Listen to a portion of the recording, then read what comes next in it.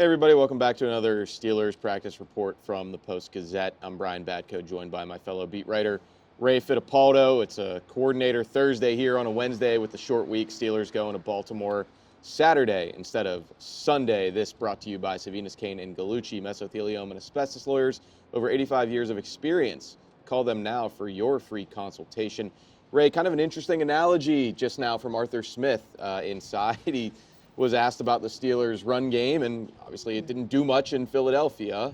They kept banging their head against the wall, and he said they're kind of like an old pickup truck that sometimes it doesn't fire up right away, but once you get it rolling, it can go from plodding to moving pretty good on the highway. What did you make of that, and are they at risk of that old truck, failing to start on one of these cold December days? Oh, they never got out of the school zone on Sunday in Philadelphia. Maybe they can get it up to about 70 on the highway this weekend against Baltimore, although the Ravens have a really good run defense too. I mean, that Philadelphia line is special, but the Steelers know the Ravens are really good too. I still think they're top five against the run. So it's going to be a challenge. I think what happened in Philadelphia, honestly, they didn't convert early. There was no rhythm to the offense, and therefore there was no rhythm to the running game either. And when that happens, and you run as few plays as they did, it just tends to snowball on you. So,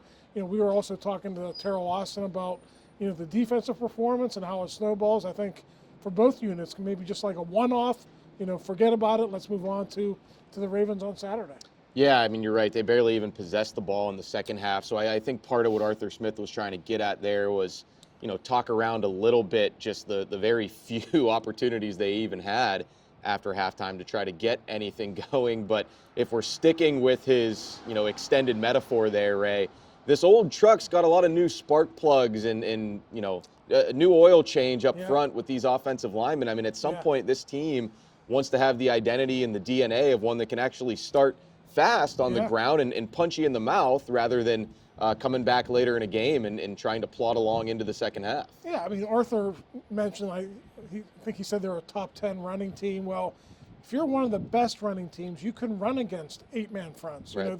That's been Najee Harris's, script for the last 3 years is, hey, sometimes we need to just run it anyway. And it was kind of easy to make those second-guessing calls when Matt Canada's approval rating was at the bottom. But now you're going to have to find different ways to skin a cat here into the postseason. Yeah, so I think clearly with as young as they are and maybe, some talent issues that, they're not that team yet. But I think if you're Arthur Smith, you could do what you did against Cincinnati.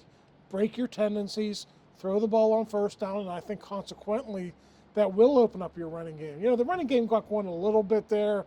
A couple of their scoring drives, they had some successful runs. But if you want to do this over the long haul and you don't have just a brutish offensive line that can throw its weight around, you're going to have to mix it up a little bit. I thought early in that Philadelphia game, they were quite predictable.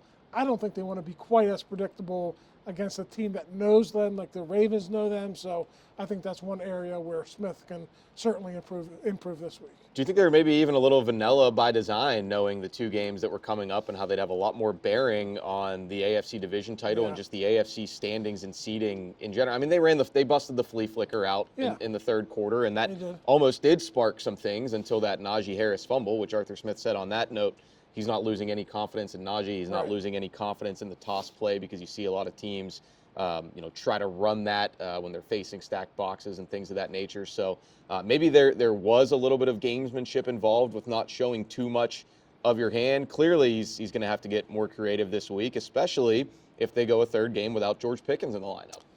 Yeah, and I don't think we're any closer, really. I think Thursday will be the day that we'll really know a lot about. It's a real Friday. I mean, it's going to be like a Friday for them. Yeah, but I mean, to Arthur's point, it's their job to figure it out without guys like that. I mean, you look around the NFL. I mean, Kansas City Chiefs might be having to play without Patrick Mahomes this week because of that high ankle sprain. So it happens across the NFL. Teams have injuries at different times.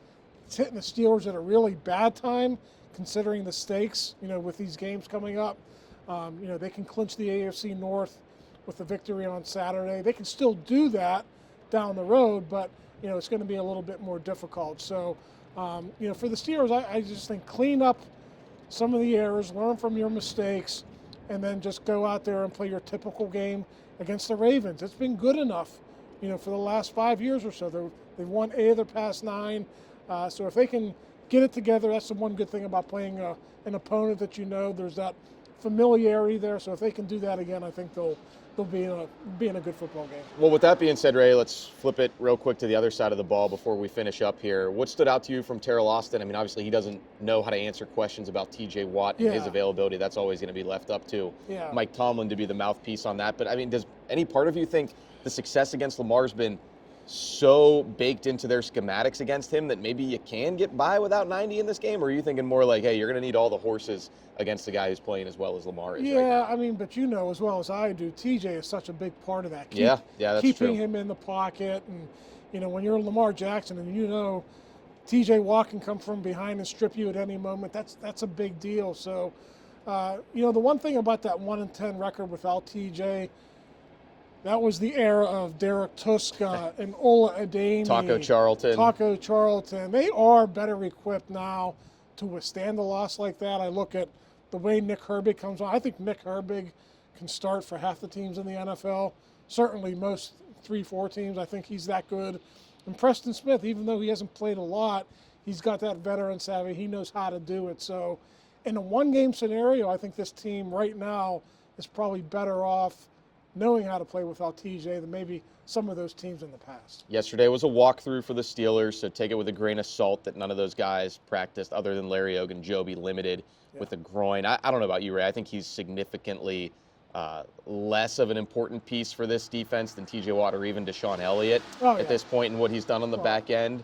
But we're going to see today, and as you mentioned, Ray, more so keep an eye on monitoring tomorrow. Deshaun Elliott hamstring, does he get back out there? TJ with the low ankle sprain, and obviously the big one for a couple weeks now, George Pickens with his hamstring. And you heard the way Teryl Austin talked about Deshaun Elliott, just a top-notch player, really talked about him like he should be an All-Pro or a Pro Bowler. That's the type of season he's having.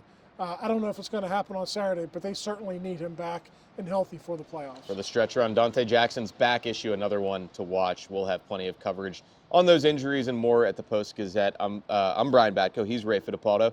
Thanks for checking out our Steelers practice report again on the Post-Gazette YouTube page.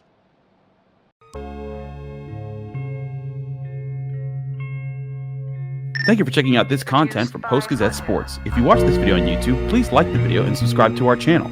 For all of the sports coverage the Post-Gazette has to offer, visit post-gazette.com.